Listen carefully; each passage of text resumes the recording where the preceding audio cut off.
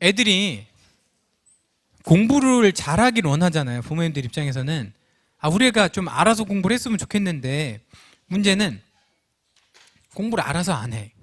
그죠? 그리고 고등학교 1학년, 2학년 교실 들어가서 충격적인 게 있어요. 어떤 게 충격적이냐면 니네 목표 대학 있는 사람 손 들어봐 이렇게 얘기하면 50% 이상이 목표 대학이 없어요. 그러면 얘네들은 목표 대학도 없어. 꿈도 없어. 공부를 잘할 수 있을까요? 그 다음부터는 정말 공부를 어떻게 하는 거냐면 해야 되니까 하는 거거든요. 이건 최악이에요. 내가 해야 되기 때문에 공부를 하는 사람은 굉장히 학생들은 공부하면서도 굉장히 불행한 거거든요. 근데 저는 부모님들 입장에서는 뭐 본인 자녀만 키우시지만 저는 늘 많은 애들을 가르치다 보면 공부를 재밌어 하는 애가 충격적이지만 실은 굉장히 많다는 거예요. 그리고 공부를 뚜렷한 내가 목표의식과 꿈이 있기 때문에 공부를 하는 경우가 굉장히 많다는 거죠. 자, 제가 서울대를 181명을 보냈어요. 오프라인에서. 별로 안 놀라시는데 제가 이걸로 화성인으로도 나왔었거든요. 서울대를 많이 보낸 선생님으로. 근데 제가 서울대를 많이 보낸 비결을 말씀을 드리면 이 서울대를 181명 보냈다고 하면 대부분 원래 공부 애들이 잘한 거 아니에요? 이런 얘기들을 많이 하는데요. 그러면 제가 기분 나쁘고요. 그 중에 최소한 50% 정도는 어떤 저랑 상담을 했던 애들이냐면 눈물찍 콧물찍 하면서 이런 거죠. 선생님 저는요 공부해도 잘 안 돼요. 저는 공부해도 성적이 안 올라요. 저는 머리가 나쁜가 봐요. 이런 애들이 결국은 성공하고 서울대 가는 걸 많이 봤거든요. 그러니까 제가 일단 첫 번째 드리고 싶은 말씀은 이런 거예요. 최소한 애들을 공부시키고 싶잖아요. 부모님들 입장에서. 그러면 몸을 움직여야 되잖아요. 그러려면 그 전에 뭘 움직여야 될까요? 마음을 움직여야 돼요. 마음을 움직이려는 노력 없이 학원 보내고 과외를 보내는 게 무슨 소용이 있겠어요? 아무 소용이 없다는 거죠. 네, 그거는 정말 굉장히 비효율적인 방법이에요. 그래서 제가 이 181명 보낸 비결은 뭐냐면 제가 보통 학생들을 가르치면 4년을 가르치거든요. 그래서 제가 중학교 3학년 때 많이 들어가요, 교실을. 그래서 한 반을 딱 찍어요. 여러 번 안 들어가요. 딱 한 반 찍어요. 그래서 얘네들 데리고 그냥 4년을 가르쳐요. 그래서 얘네들 서울대를 보내거든요. 제가 제일 먼저 하는 게 뭘까요? 한 6개월 동안에 이 작업을 해요. 뭘 할까요? 정신교육을 시켜요. 정신교육 시키는데 엄청난 시간과 열정을 쏟아요. 정신교육의 내용은 이런 거예요. 선생님은 이런 인생을 살았어. 선생님은 이렇게 생각해. 제가 다른 얘기 해봤자 안 들어가요. 원래 최고의 컨텐츠는 자기 얘기거든요. 네, 제가 여기서 강연을 할 때도 다른 아름다운 멋진 얘기 해봤자 실은 잘 안 들어가요. 대중들한테. 최고의 컨텐츠는 제 삶을 얘기하는 거예요. 제가 여태까지 경험한 거. 그게 더 직접적으로 피부에 와닿는 거죠. 그럼 부모님들은 어떤 얘기를 해야 될까요? 아이들한테. 링컨은 이랬대. 이런 얘기 하는 게 애한테 먹히겠어요? 네, 그 링컨 얘기 애들도 다 알거든요. 네, 안 먹혀요. 아빠는 지금 이렇게 살고 있어. 엄마는 이렇게 살고 있어. 아빠도 힘들고 엄마도 힘들고 엄마는 이런 일이 있었어. 엄마는 학창시절 때 엄마도 진짜 그때 공부 열심히 했으면 얼마나 좋았을까. 이게 아이들한테는 최고의 콘텐츠가 되는 거예요. 솔직하게 얘기하세요. 저도 가끔 어려운 일 있을 때는 솔직하게 얘기해요. 저희 아들들한테. 아빠 힘들어요 요새. 그냥 아빠 힘들지 않아 이런 얘기 할 필요 없거든요. 네, 그래서 꼭 아이들한테 마음을 움직일 수 있는, 혹시 그 대학을 그냥 단순하게 성공하기 위해서 대학을 가려고 한다고 하면 굉장히 그 슬픈 일이에요. 일단은 꿈이 있어야 돼요. 근데 꿈이 있어야 된다는 얘기를 저희가 처음 듣는 게 아니거든요. 정말 수천 번 들었던 얘기거든요. 근데 그 꿈이 뭔가죠. 자, 많은 아이들 또는 어른들도 그럴지 몰라요. 자기가 본인이 꿈을 꾸고 기도를 하죠. 뭐라고 기도를 해요? 하나님, 제 꿈을 들어주세요. 근데 제가 좀 과격하게 말씀을 드리면 본인이 꾸는 꿈은요, 슬프게도 대부분 개꿈이에요. 그 꿈은 대부분 실현돼서도 안 되는 것들이 더 많아요. 진짜 꿈은 어떤 꿈이죠? 꿈은 하나님한테 받아야 돼요. 기도해서 하나님 제가 어떤 꿈을 꿔야 됩니까? 제가 어떤 인생을 살아야 됩니까? 뭘 먹고 살아야 됩니까? 어떤 직업을 가져야 됩니까? 이런 꿈을 하나님한테 받고 그리고 나서 그 꿈대로 본인이 노력하게 해주세요. 하나님 이 꿈이 실현되게 해주세요 라고 해야 되는데 전혀 엉뚱한 세상적인 꿈을 가지고 하나님한테 기도를 하니 그 꿈이 하나님께서 들어주시겠냐는 말이죠. 아니라는 거죠. 사람이 자기가 정말 뭘 좋아하는지 알아요? 여기 계신 분들은 정말 본인이 뭘 원하는지 아시나요? 어른들은 모르겠어요. 하지만 아이들은 거의 모른다고 봐야 돼요. 예를 들어서 애한테 물어봐요. 너 뭐 되고 싶어? 간호사요. 근데 얘는 간호사에 대해서 0.01%도 몰라요. 그냥 대충 그냥 뭐 신문이나 방송에서 본 간호사의 이미지만 대충 진짜 한 1%도 안 되는 정보를 듣고 간호사에 대한 걸 하는 거거든요. 근데 간호사가 됐어요. 근데 경험해 보니까 이게 아니야. 내가 원한 건. 이 삶이 아니야. 이런 애들을 저는 너무나 많이 봤어요. 그러니까 대학 가서 방황하는 거예요. 좋은 대학 가서도 방황해. 어떤 애가 옛날에 건대 수의학과를 갔어요. 건대 수의학과 굉장히 세거든요. 서울대 나중과 정도 돼요. 근데 방황을 하는 거예요. 애완동물을 가서 이렇게 많이 경험해 보니까 자기가 애완동물을 실제로는 이뻐하지 않는다는 걸 깨달은 거예요. 이런 삶을 살고 싶지 않다는 거예요. 그러니까 얼마나 길을 돌아가요. 제가 이런 말씀을 드리는 거는 어디서 나왔을까요? 출처는 저한테 나온 거예요. 제가 옛날에 정말 개꿈을 많이 꾸고 정말 기도를 많이 했어요. 그러면서 그렇게 하나님을 원망을 했죠. 도대체 하나님은 왜 제 꿈을 안 들어주시는 걸까? 네, 그거는 잘못된 꿈을 꿨기 때문이에요. 꿈부터 받으세요. 기도해서 꿈부터 받으셔야 돼요. 그리고 꿈이 큰 사람이 좋아요? 꿈이 작은 사람이 좋아요? 꿈이 큰 사람이 겸손해요? 꿈이 작은 사람이 겸손해요? 꿈이 큰 사람이 겸손해요. 제 꿈은 어마어마하게 크거든요. 말씀드리면 놀랄지도 몰라요. 네. 옛날에는 제 꿈이 스타 강사가 되는 거였어요. 스타 강사 어느 정도 됐고 이뤘거든요. 제가. 근데 지금은 한 1억 배 정도 큰 꿈을 꾸게 됐어요. 그래서 큰 꿈을 꾸니까 어떻게 될 수밖에 없죠? 제 힘으로 할 수 없다는 거를 제 힘으로 할 수 없다는 걸 누구보다도 제가 잘 알아요. 네. 하나님이 역사하시지 않으면 이건 그냥 임파서블한 거거든요. 무릎 꿇을 수밖에 없고 기도할 수밖에 없고 그냥 바짝 엎드릴 수밖에 없는 거죠. 네. 근데 꿈이 작은 사람들, 이런 사람들 있잖아요. 대부분 저는 욕심 없어요. 저는 요 정도면 만족해요. 그러면서 여러 가지 궤변을 늘어놓거든요. 네. 저는 그런 거 필요 없어요. 저는 그냥 한 달에 그냥 요 정도만 있어도 살아요. 저는 그냥 요 정도면 만족하거든요.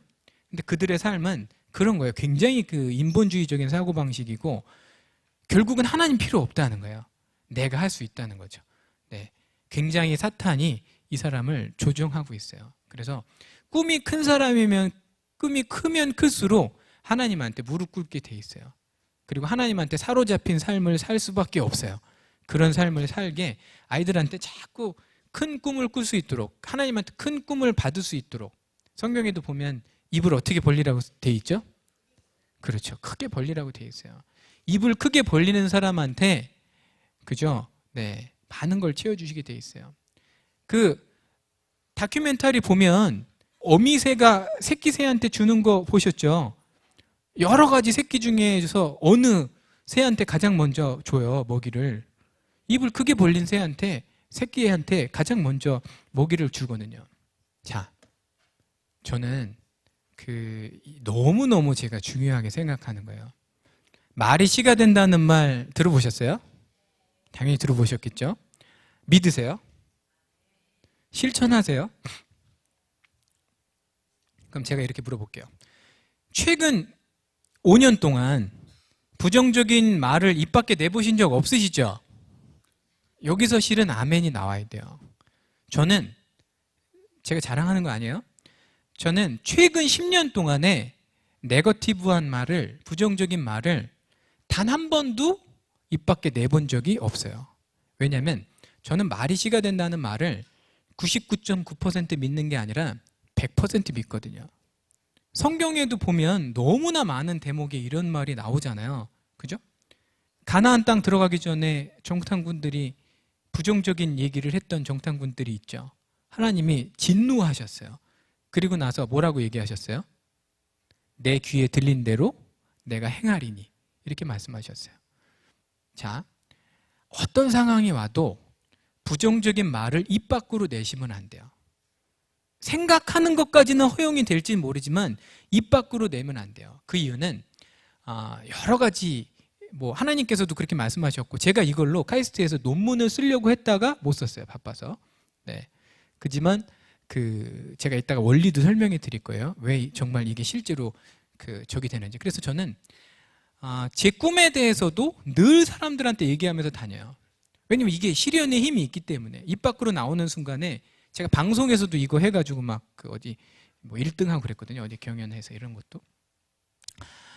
이게요, 여러 가지 원리가 있어요. 제가 고등학교 1학년 때 공휴일에 온 가족이 모인 자리에서 할머니도 계신데, 저희 할머니 작년에 돌아가셨는데 89세인가로 돌아가셨어요. 근데 저희 할머니 굉장히 믿음이 좋은 분이었는데, 할머니 앞에서 제가 이런 얘기를 했어요. 할머니, 제가 굉장히 엉뚱했거든요. 옛날에 철도 없고. 저희 집에 왜 도둑이 안 들죠? 이런 얘기를 했어요. 그랬더니 할머니가 정말 놀라게도 엄청나게 이렇게 크게 막 테이블을 치시면서 화를 막 내시는 거예요. 네가 아무리 어려도 그렇게 경우에 없게 말을 막 할 수 있냐. 그때 제가 굉장히 마음속에 불만이 있었어요. 아니 뭐 그렇다고 뭐 저렇게까지 화를 내실 필요가 있나. 그날 밤에 저희 집에 도둑이 들었어요. 싸대기 맞을 뻔했어요. 제가. 이게 말이죠, 놀라운 게, 저희 할머니가 굉장히 깡다구가 세신 분이에요. 그래서 도둑이 이제 새벽 2시에 할머니 이제 얼굴을 후라시로 이렇게 확 이렇게 비쳤어요. 그랬더니 보통은 이제 되게 무서워할 텐데, 저희 할머니는 벌떡 일어나가지고 팍 도둑한테 뛰어가서 슬라이딩 해갖고 다리를 탁 잡은 거예요. 그랬더니 도둑도 놀란 거죠, 이제. 그러면서 뒷주머니에서 식칼을 꺼내가지고 할머니를 팍 밀치면서 내가 우리 어머니 같아서 안 찌르고 간다고 하면서 나갔어요. 그리고 3일 후에 도둑이 또 들었어요. 저희 집에. 물론 다른 도둑이겠죠. 네. 이만큼 굉장히 이 말에는 힘이 있는 거예요. 고난을 혹시 겪어보신 분, 한번 편안하게 손 들어보세요. 나는 고난을 겪어봤다. 시련을 겪어봤다. 근데 우리가 고난에 대해서 정의를 한번 해볼까요? 뭐가 고난이에요? 우리가 겪는 시련은 뭐가 시련이죠? 고난의 정의. 고난의 정의를 혹시 잘 내리실 수 있는 분이 있나요? 내가 목표하는 일이 잘 안 됐어요. 그럼 고난이에요? 또는 내가 만약에 몸이 아파요. 그럼 고난인가요? 재밌는 거는요, 우리가 부르는 고난이 실제로 고난이 아닌 경우가 너무 많다는 거예요. 사람은 대부분 자기가 생각한 대로 되지 않았을 때 그거를 고난이라고 부르고 못 견뎌해요. 그리고 하나님을 굉장히 원망하거든요. 근데 지나보면 그게 축복인 경우도 많고, 내가 막 그때는 막 이거 안 되면 죽을 것 같았는데 실은 지나보니까 이게 안 된 게 감사하는 일이 너무 많잖아요. 그죠? 이게 안 되기를, 저도 사업하다 보면 어떤 사업을 추진하려고 했는데 제가 막 정말 진짜 인생의 위기가 몇 번 있었어요. 사업에서 정말 뭔가 이렇게 사면 안 되는 거를 살 뻔한 적이 있어요. 큰 거를 막 미국에다가 뉴욕에다가, 그것도 맨하탄 한복판에. 그리고 또 누구랑 동업하면 안 되는데 동업할 뻔한 적이 있어요. 아침에 은행문 열면 계약금을 보내야 되는데 그렇게 친한 동업자가 그 전날 밤 새벽 2시에 저랑 전화 통화하다가 말실수로 그 흑심을 보이게 되고 막 이런. 그러니까 막 여러 가지 상황들을 겪으면서 제가 내가 계획한 대로 되는 게 꼭 축복이 아니구나. 안 되는 것도 엄청난 축복이구나. 그 말은 대부분 고난이라고 부르는 것이 고난이 아닌 경우가 많고 실질은 축복인 경우가 많기 때문에 저는 제가 뜻하는 일이 잘 안 되면 첫 번째로 무슨 일을 하냐면 입을 닫아요. 뚝 이렇게 자꾸를 채워요. 왜냐하면 지금 이게 어떤 상황인지를 제가 알 수 있는 방법은 전혀 없거든요. 뭐 노력해도 기도해도 몰라요. 이거는 시간이 일단 지나봐야 알아요. 1년일지 2년일지. 근데 이런 경우도 있어요. 살다 보면 이건 고난일 수밖에 없어. 이거는 뭐 하나님이 뭐 어떻게 된다고 하더라도 이거는 뭐 100% 고난이야. 이거는 뭐 뭐 예를 들어서 대학 재수 삼수했어요.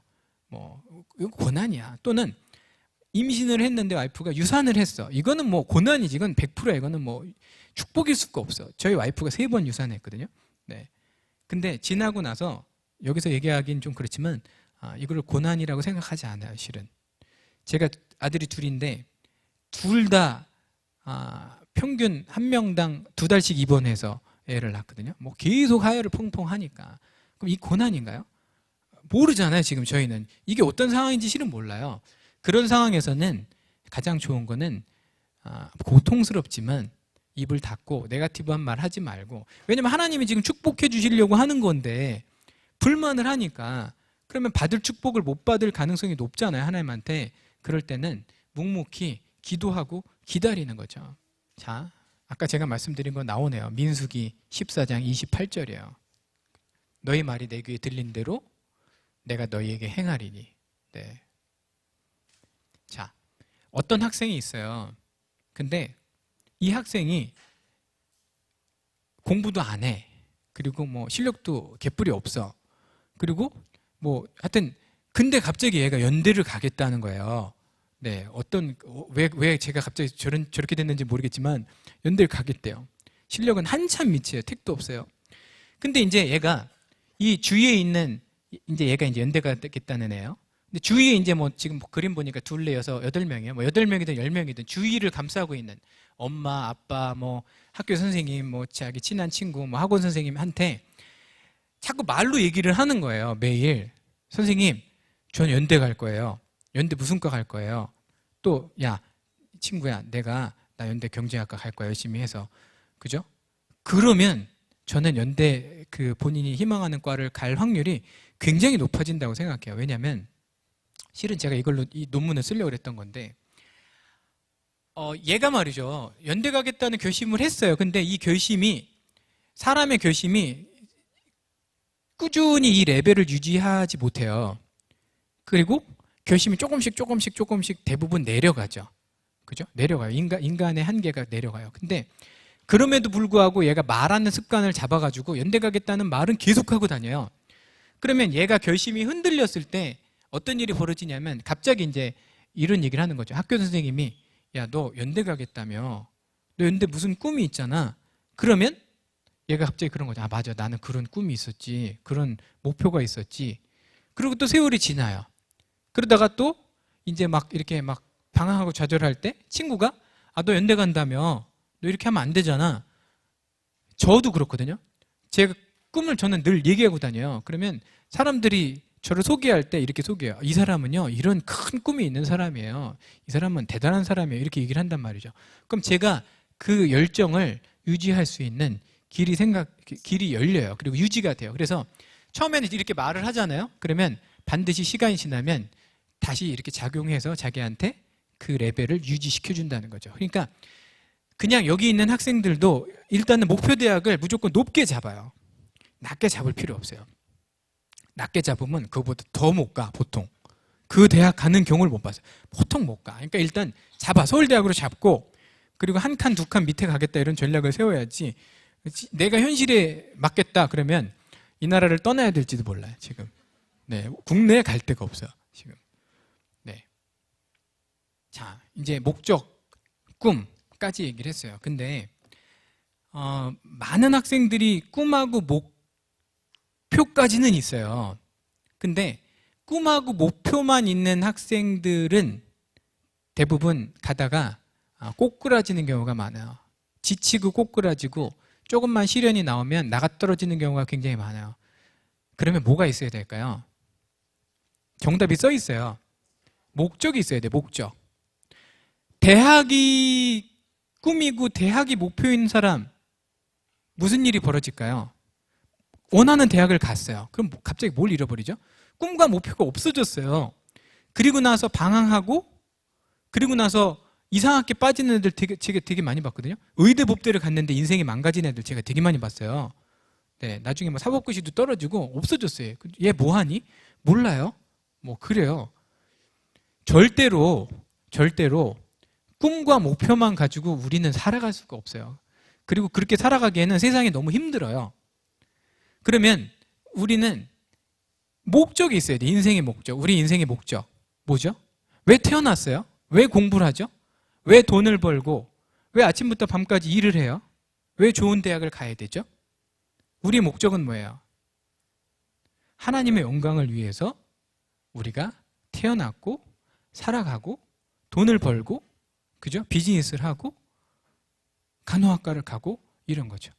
공부를 하는 목적은 반드시 하나님의 영광을 위해서 공부하겠다는 뚜렷한 목적이 있어야지 그냥 내가 서울대학교 가기 위해서 연대 가기 위해서 꿈과 목표를 가지고 공부하잖아요. 한계가 있어요. 네, 그거 성공할 수도 있지만 성공 못할 확률이 더 높아요. 저는 인생의 목적이 뚜렷하거든요. 인생의 목적이 뚜렷하기 때문에 재밌는 게요. 인생의 목적이 이렇게 뚜렷하잖아요. 그러면 하나님이 선물을 주셔요. 어떤 선물을 주시냐면 에너지를 주세요. 어떤 에너지가 생겼냐면 이 가슴 속에 그 거의 핵 에너지 같은 에너지가 생겨요.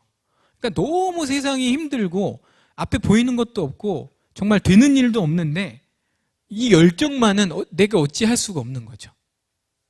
네. 그래서 목적을 가져보세요. 목적. 그러면 하나님이 에너지를 선물로 주실 거예요. 저는 굉장히 아이디어가 많은 사람이거든요.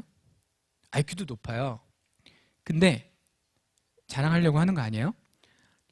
아이디어가 너무 많아가지고 저는 어떻게 생각을 했냐면 나는 되게 머리가 좋구나. 똑똑한 사람이구나. 그리고 늘 사람들이랑 대화를 할 때 보면 저보고 뭐라고 얘기하냐면 어떻게 그런 생각을 했어요? 너는 정말 아이디어가 정말 끊이지 않는구나. 그래서 별명이 아이디어맨이었어요. 좋은 걸까요? 굉장히 위험한 거예요. 왜냐하면 아이디어가 많으면 그거를 해보고 싶은 생각이 들어요. 이것도 해보고 싶고 저것도 해보고 싶고. 근데 그 모든 걸 해보는 게 과연 옳은 선택일까요? 선택이 아니라는 거죠. 사람의 원래 인생은 무엇으로 이루어져 있어요? 인생은 시간으로 이루어져 있어요. 시간은 유한해요. 우리가 사는 이 삶은 유한하고 우리가 모든 걸 다 해볼 수가 없어요. 그죠? 그러면 하나님께서 우리한테 주신 달란트에 맞게 선택과 집중을 해야 되는데 우리의 시간을 최대한 다른 쪽으로 소모시키려고 하는 사람이 아니죠. 이 사탄들이 있어요. 귀신들이 있고. 이 귀신의 목적은 뭐냐면 최대한 초점을 다른 쪽으로 옮겨서 그죠? 그거에 팍 이렇게 하려고 하는 거예요. 시간을 쓰게. 시간을 소모하게 만들려고 하는 거죠. 근데 재밌는 게 말이죠. 사탄이 인간보다 지능이 훨씬 높잖아요. 그래서 사탄이 굉장히 우리 특히 크리스찬들한테 엉뚱한 거, 악해 보이는 거 이런 거로 꼬실 것 같아요? 그런 거로 꼬시지 않아요. 항상 꼬실 때는요. 그럴듯해 보이는 거, 멋있어 보이는 거 요거 하면 좋아 보이는 걸로 꼬셔서 엄청난 시간을 쓰게 만들어요. 예를 들면 영어를 잘하면 좋아요? 좋을 수도 있지만 필요 없는 사람도 있어요. 분명히. 그죠? 영어를 잘하는 게 모든 사람한테 필요한 건 아니거든요. 그건 다른 것도 마찬가지예요. 제가 하나 영어로 예를 들었을 뿐이지. 그러니까 학생들한테도 교육을 시킬 때 모든 걸 다 시키고 싶다. 그러다 보면 애들이 굉장히 저학년 때, 초등학교 때 시간을 많이 쓰고 결국 제대로 하나도 못하게 되는 거거든요. 4학년 정도 되면 칠 걸 쳐야 돼요. 내가 고등학교 평생 할 거 아니다. 그럼 하지 말아야 돼요. 내가 첼로 조금 이렇게 좀 하다가 안 할 거면 실은 안 하니만 못해요. 네. 물론 어렸을 때 아주 저학년 때 1, 2, 3학년 때는 여러 가지를 경험해 보는 게 좋겠지만 4학년 정도 되면 가지치기를 해야 되거든요. 어른들도 마찬가지예요. 쓸데없는 거에 너무 많은 시간을 쓰는 거죠. 그래서 요새는 뭐가 많이 없어요. 성경 보고 기도하고 묵상하는 시간마저도 굉장히 비효율적으로 생각하는 사람들이 많아요. 기도에 대해서 얘기를 해볼까요? 기도는 언제 해야 돼요? 혹시 크리스찬이 기도를 아침에 일어나서 하고 자기 전에 하고 식기도 3번을 한다. 끔찍한 거예요. 끔찍한 거죠. 그거는 마치 어떤 거랑 똑같냐면 스마트폰이 인터넷이랑 연결을 아침에 한 번, 밤에 한 번, 밥 먹을 때 3번 하는 거랑 똑같은 거예요. 그러니까 하나님이 인터넷 같은 존재인데 저희한테, 그죠? 인터넷이랑 연결하면 무한한 가능성이 열리는데 저희는 어떻게 하냐면 그냥 형식적으로 아침에 한 번, 밤에 한 번 기도를 하는 거죠. 그러다 보면 무슨 일이 벌어지죠? 하루를 살면서 길을 잃어요. 하루를 살면서 여러 번 길을 잃어요. 그리고 해서는 안 되는 선택을 하죠. 그러니까 막 이렇게 중요하지 않아 보이는 결정들은 다 내 마음대로 하고, 어려워 보이는 거, 내가 못할 것 같은 결정만 하나님한테 여쭤보는 것 자체가 크리스찬의 삶이 아닌 거예요, 실은.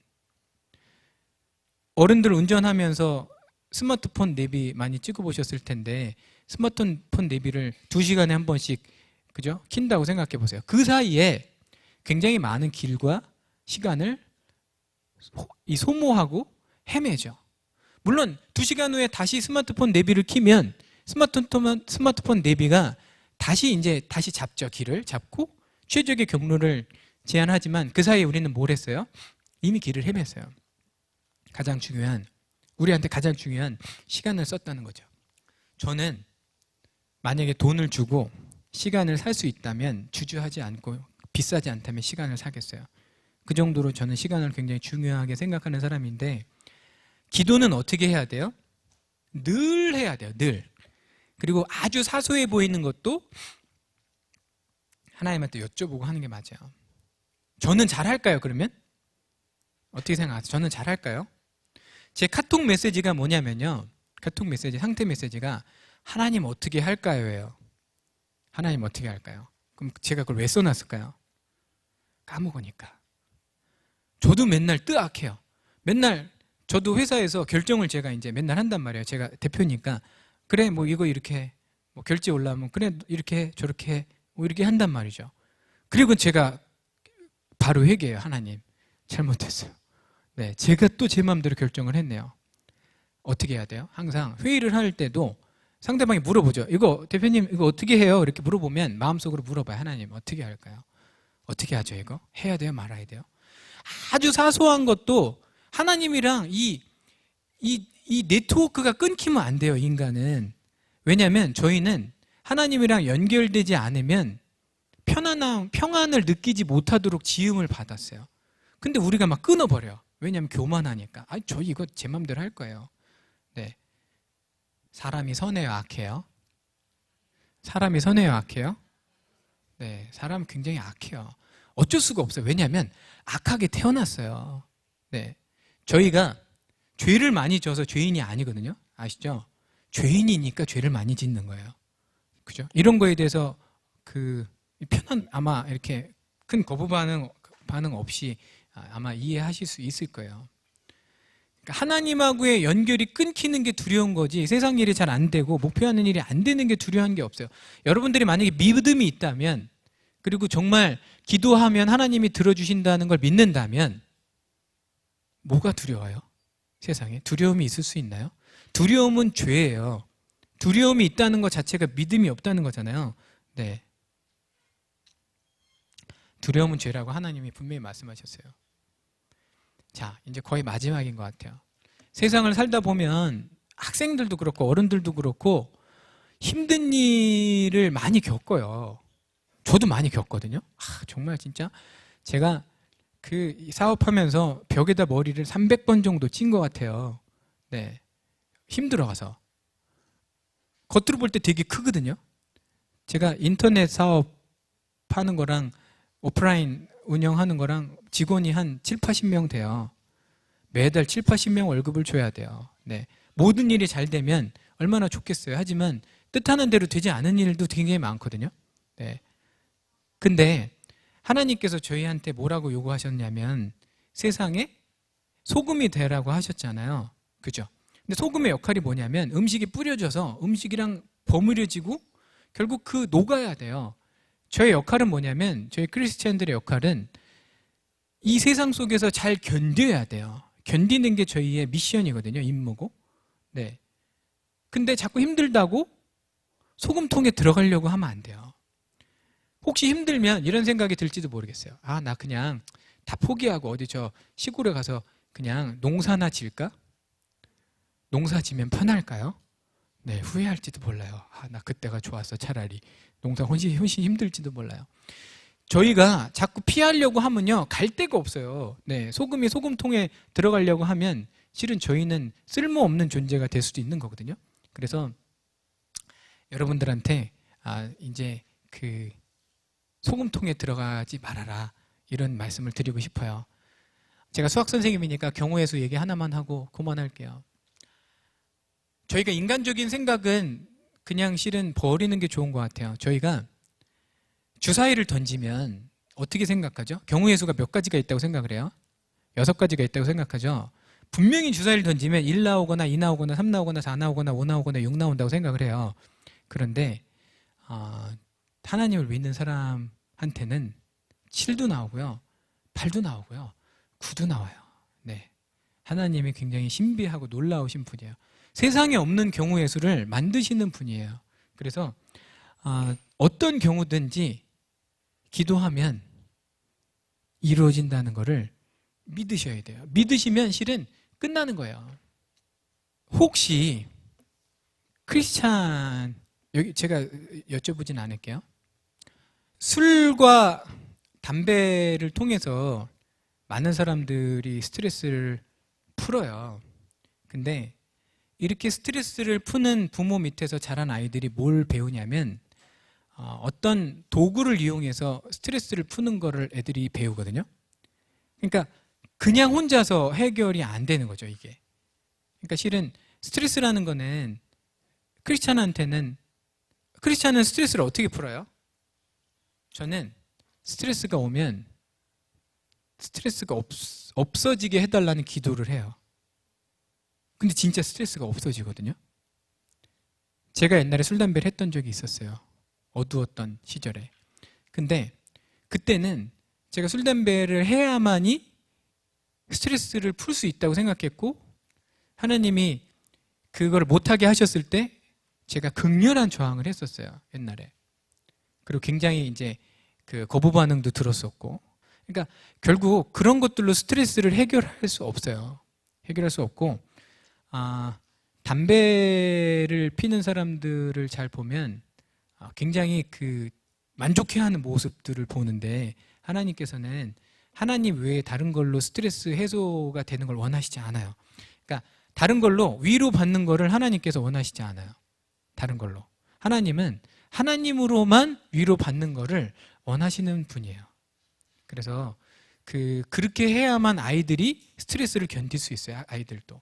자꾸 부모님들이 뭘 해서 스트레스를 풀려고 하잖아요. 그럼 아이들도 부모 밑에서 배우면 그런 거죠, 이제.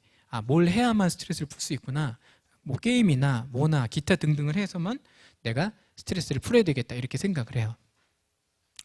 아침에 눈을 뜨면요, 일단 기도를 하는 게 굉장히 중요한 것 같아요. 방향 설정이 중요하잖아요. 아침에 눈을 떠서 하나님한테 오늘 어떤 인생을 살아야 되나 이렇게 물어보세요. 오늘 장시간 동안 강연을 끝까지 들어주셔서 굉장히 감사드리고, 이렇게 다시 뵙는 날까지 믿음 잃지 않으시고 하나님 기쁘시게, 하나님 영광을 위해서 열심히 사시기를 기도하면서 마치도록 하겠습니다. 감사합니다.